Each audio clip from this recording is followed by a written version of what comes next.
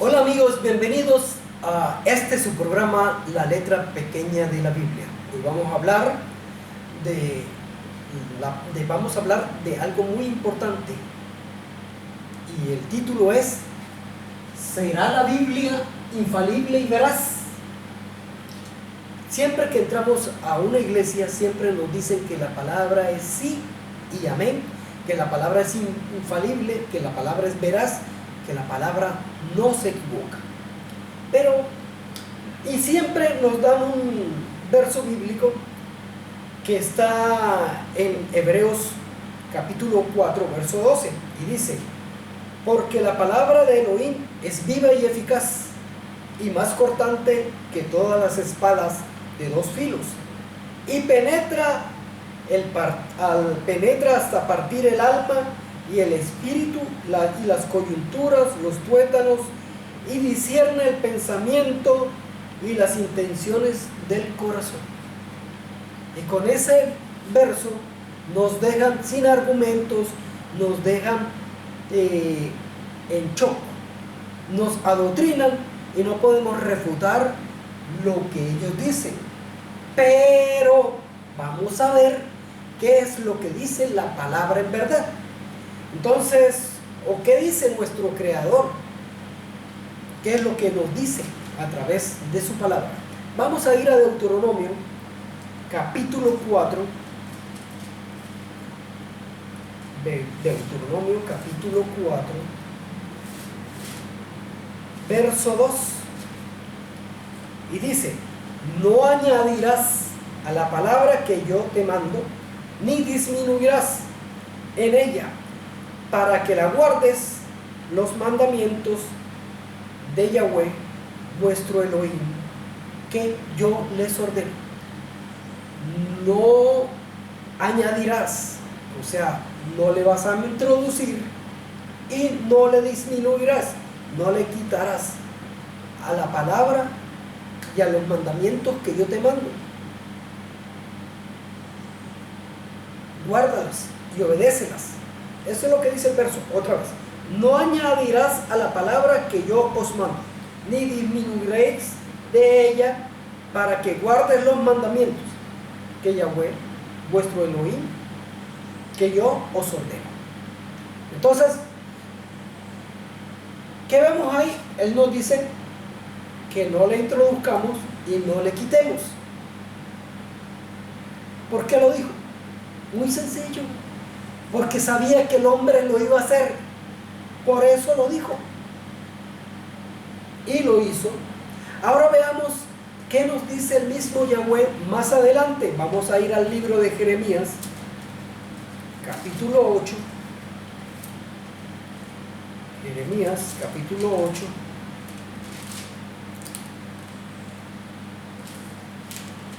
verso 8.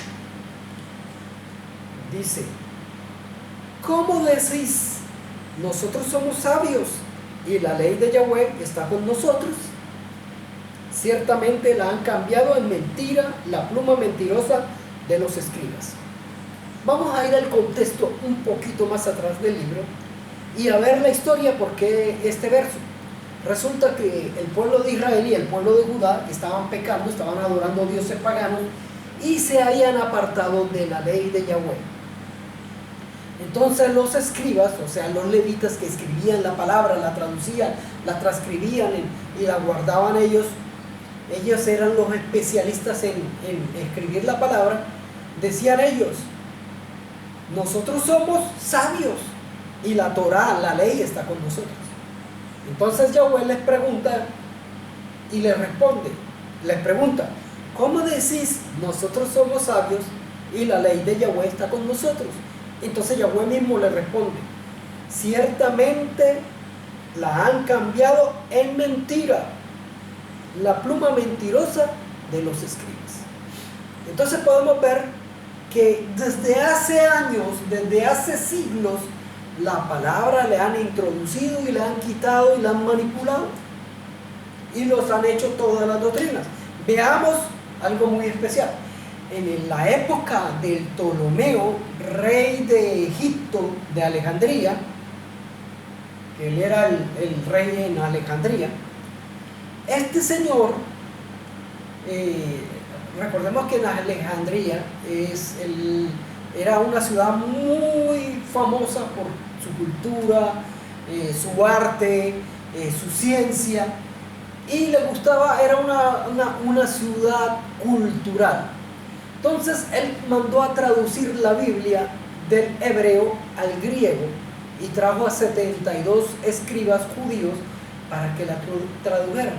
Y los escribas, con temor de quebrantar el tercer mandamiento, no colocaron el nombre del Creador dentro de la palabra y dejaron ese espacio vacío. Y cuando los escribas volvieron a traducir la palabra, ellos colocaron el nombre de su Dios en la palabra. Entonces ahí empezaron a manipular. Eso fue antes del Mashiach. Ahora, cuando pasa el tiempo, la religión de esa época y de la época del Mashiach era el helenismo. Cuando muere el Mashiach, entonces el helenismo se unifica con el judaísmo. Entonces empieza a haber un helenismo judaico. Cuando llegamos a la época del emperador Constantino, ya vio que el helenismo tenía muchos dioses y quiso unificar a todas las iglesias y las unificó. Lo que va a hacer el Papa Francisco en estos días, unificó todas las iglesias llamándonos al concilio de Nicea. En el concilio de Nicea había un señor que supuestamente era un sacerdote, un escriba, pero no era judío. O sí, creo que él nació en Palestina, pero él no era judío, él era helenista. El señor se llamaba, que le dicen que este señor se llamaba Eusebio de Cesarea, y decían que este señor era escriba, historiador, y no era un gran pensador, pero él fue el que ayudó a Constantino a ordenar la nueva iglesia que nacía, que era la iglesia católica, apostólica y romana. Y él se encargó de recoger todos los libros en donde cada quien de sus doctrinas, él se encargó, avalaban sus doctrinas, él se encargó de recoger los libros de los sacerdotes y unificarlos. Entonces, ¿cómo se llamó esos libros? Se llamó un Nuevo Testigo, que más tarde se llamaría un Nuevo Testamento. Ahora, cuando estos señores unificaron las iglesias, nació el cristianismo, la iglesia católica, apostólica y romana. Ahora, todas las iglesias han introducido, le han introducido y le han quitado versos a la Biblia. Podemos decir los que introdujeron, no podemos saber los que sacaron, pero en cierta forma también sabemos lo que sacaron. Vamos a ver, empecemos por la iglesia Testigos de Jehová. Los Testigos de Jehová, en Génesis, todo el mundo, no tengo una Biblia de Testigos de Jehová, pero tengo una Reina Valera que es prácticamente lo mismo. Dice: en el principio creó Dios los cielos y la tierra estaba desordenada y vacía, y las tinieblas estaban sobre la faz del abismo, y el espíritu de Elohim se movía, o de Dios, como dice aquí, sobre la faz de las aguas. Así dice la Reina Valera. Pero vamos a ver cómo dice la de los Testigos de Jehová. En el principio creó Dios los cielos y la tierra, y está bien. Y la tierra estaba desordenada y vacía, y las tinieblas estaban sobre el faz del abismo, y la fuerza activa de Dios se movía sobre la faz de las aguas. Ahí es donde está la introducción. ¿Qué le introdujeron? En vez de espíritu le colocaron fuerza activa. Pero vamos a ver qué dice en hebreo. Aquí tengo la Torah en hebreo. Y dice, Bereshit barak Elohim ek hasamayim be'et haaretz. Entonces dice, en el principio creó Elohim los cielos y la tierra. Verso 1. Entonces dice el verso 2, be'et haaretz hayetá tohu bebohu behoshe al penei tejón berrúa Elohim meratepet al penei hamayim. Entonces dice aquí en el segundo verso, Bearetz, y la tierra estaba en caos. Y el caos en tinieblas, y sobre las tinieblas, y sobre el abismo, y las tinieblas estaban sobre el abismo. Y el Rúa de Elohim se movía sobre las aguas. Es muy diferente. Entonces vemos aquí que aquí no dice ni Dios, ni aquí dice ni dice ni Dios, ni dice fuerza activa. Aquí dice Elohim y dice Berrúa o Rúa, que es el espíritu. Entonces vemos que le quitaron y colocaron su Dios, y colocaron su doctrina, o manipularon para avalar su doctrina. Entonces, recordemos que ellos, los testigos de Jehová, colocaron la fuerza activa, era para no avalar la doctrina católica, aunque ellos son católicos también. Veamos la iglesia que más ha manipulado la palabra ha sido la Iglesia Católica. Recordemos que la Iglesia Católica fue la encargada de traducirla del griego a los demás idiomas, a la palabra, y ellos se han encargado de ir año tras año, estudiar la palabra, y la mayoría de traductores de la Biblia eran helenistas que estaban dentro de la Iglesia Católica. Veamos en Mateo, que es a donde nos vamos a referir, al primer capítulo del Nuevo Testamento, al primer libro del Nuevo Testamento, que es el libro de Mateo, y veamos dónde empezaron las cosas. Y en cada libro del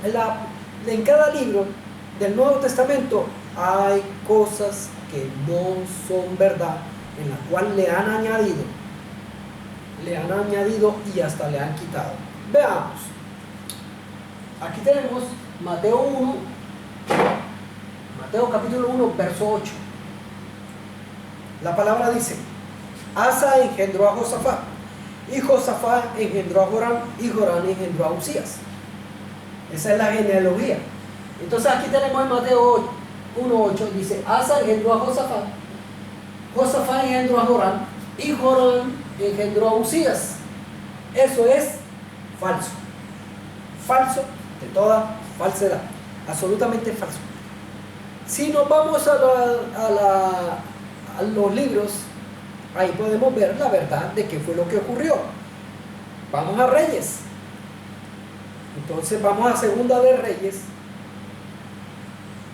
que ahí en Segunda de Reyes nos dice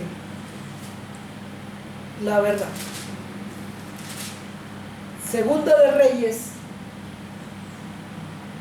capítulo 8, verso 25. Dice: en el año 12 de Joram, hijo de Acab, rey de Judá, ese es el rey de Judá, comenzó a reinar Ocasías, hijo de Joram, rey de Judá. Entonces aquí vemos dos Joram, por eso es que no cuadramos bien. había un rey en Israel que se llamaba Jorán, había otro rey en Israel, en Judá, que se llamaba Jorán también. Pero el rey de Jorán no fue el que creó, el que engendró a Ocasías, sino Jorán, el rey de Judá.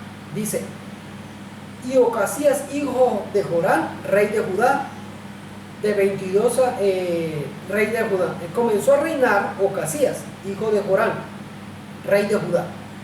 Entonces aquí vemos que Jorán engendró a Ocasías. Entonces no fue Usías. Ahora vamos a ver a quién engendró Ocasías. Ocasías, vamos a ver, entonces aquí lo vemos, Ocasías,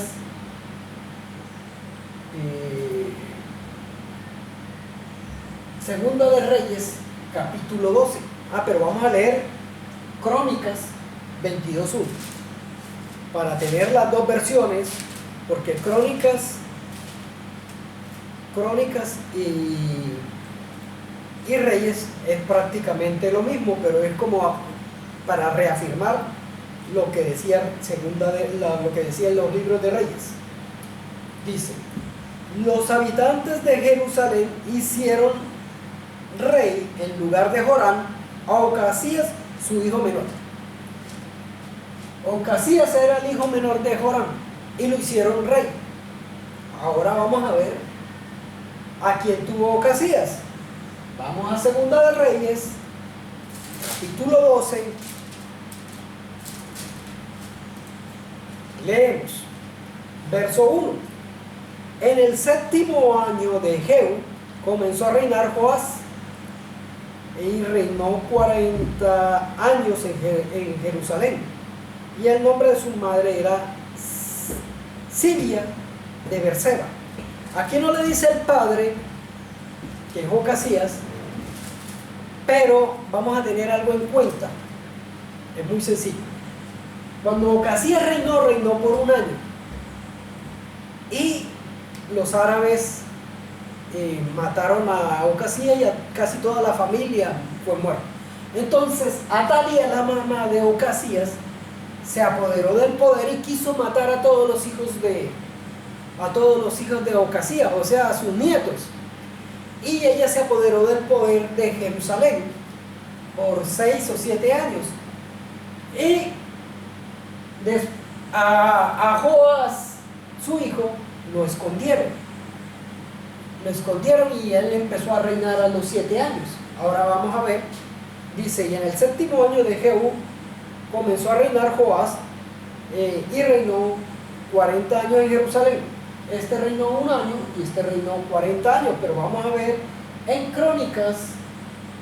¿Qué me dice Crónicas? 24:1. Segunda de Crónicas, capítulo 24, verso 1. De 7 años era Joás cuando comenzó a reinar, y 40 años reinó en Jerusalén.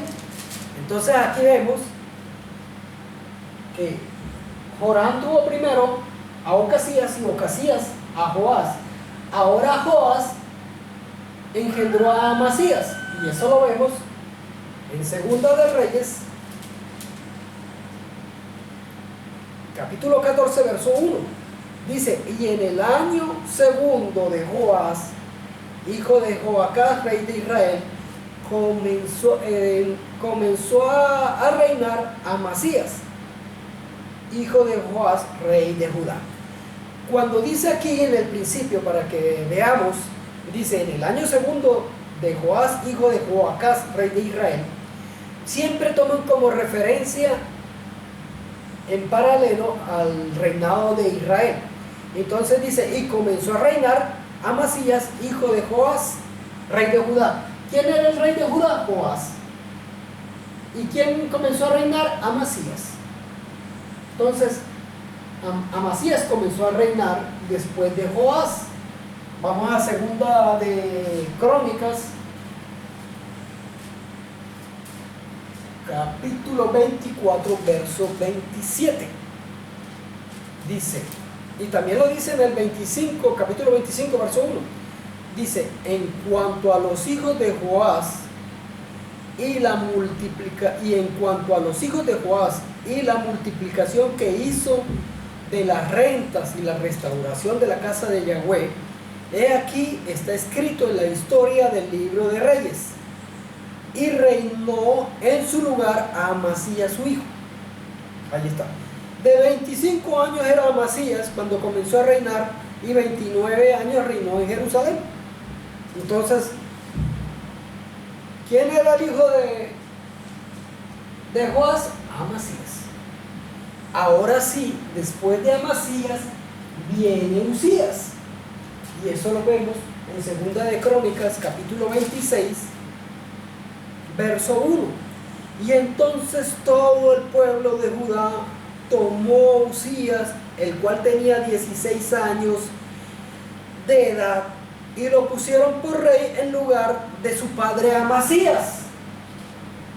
Amasías era su padre y Usías su hijo. Cuando murió Amasías empezó a reinar Usías, no como dice acá, que después de Joram vino Usías. O sea, se comieron 1, 2 y 3 generaciones. Les quitaron 3 generaciones del libro. ¿Pero por qué lo hicieron?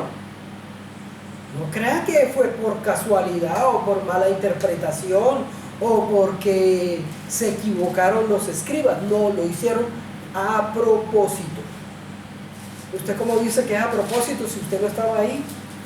No, pero muy sencillo, la misma palabra me lo dice. ¿Por qué lo hicieron?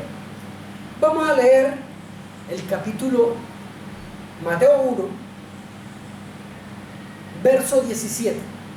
Dice de esta manera: de manera que todas las generaciones desde Abraham hasta David son 14.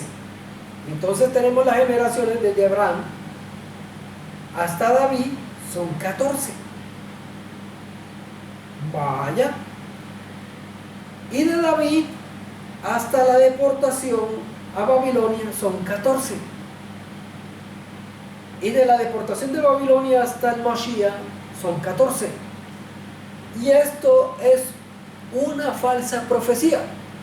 No existe esta profecía en toda la Taná, mal llamado Antiguo Testamento. No existe de 14 en 14 en 14. Entonces, ¿por qué lo hicieron?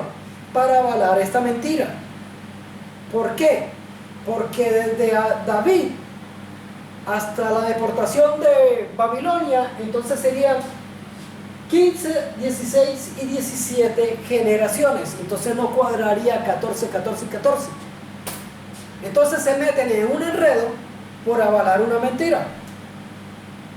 Pero como la gente come de lo que oye y no de lo que lee, porque le dicen a uno, la palabra es viva, veraz y eficaz, más cortante que las espadas de 2 filos, penetra el tuétano en el corazón y discierne las intenciones del corazón, no se equivoca. Sí, la palabra no se equivoca, de eso es verdad, pero la palabra de Yahweh, pero el hombre ha manipulado la palabra. Han manipulado la palabra, y este es el principio nada más, porque el libro más manipulado es el de Mateo. Entonces, aquí vemos a la Iglesia Católica en una pequeña muestra de lo que ha hecho con la palabra para avalar su mentira. Ahora, pero no nos quedamos atrás con la iglesia evangélica, porque la iglesia evangélica también hizo lo mismo. Vamos a Primera de Juan 5:7. Primera de Juan 5:7. 5 verso 7. Dice: porque son 3 los que dan testimonios en el cielo, el Padre, el Verbo y el Espíritu Santo. Y los 3 son uno. Falso, de toda falsedad. Falso, mentira. Porque 3 son los que dan testimonios en el cielo, el Padre, el Hijo y el Espíritu Santo, para avalar una falsa trinidad, avalando lo mismo que de donde salió la Trinidad es de la Iglesia Católica. Entonces están avalando una mentira. Ahora, en la misma Iglesia Católica hay una Biblia que se llama Dios habla hoy. Y en la Biblia Dios habla hoy dice, y porque son 3 los que dan testimonio en el cielo, ya, hasta ahí termina. O son 3 los que dan testimonio y ya. Pero no se refiere a eso. Se refiere a la sangre, al espíritu y el agua. Después le comento esto de los que dan testimonios ahí. Estoy hablando de la mentira. Entonces no voy a profundizar porque entonces alargo más el video. Y hasta aquí lo vamos a dejar. Porque vamos a seguir, les voy a seguir mostrando los versos que han sido agregados dentro de la palabra. Los versos que han sido manipulados dentro de la palabra. Y la principal iglesia que hizo esto fue la Iglesia Católica, Apostólica y Romana, la iglesia cristiana. Ya, bueno, bendiga.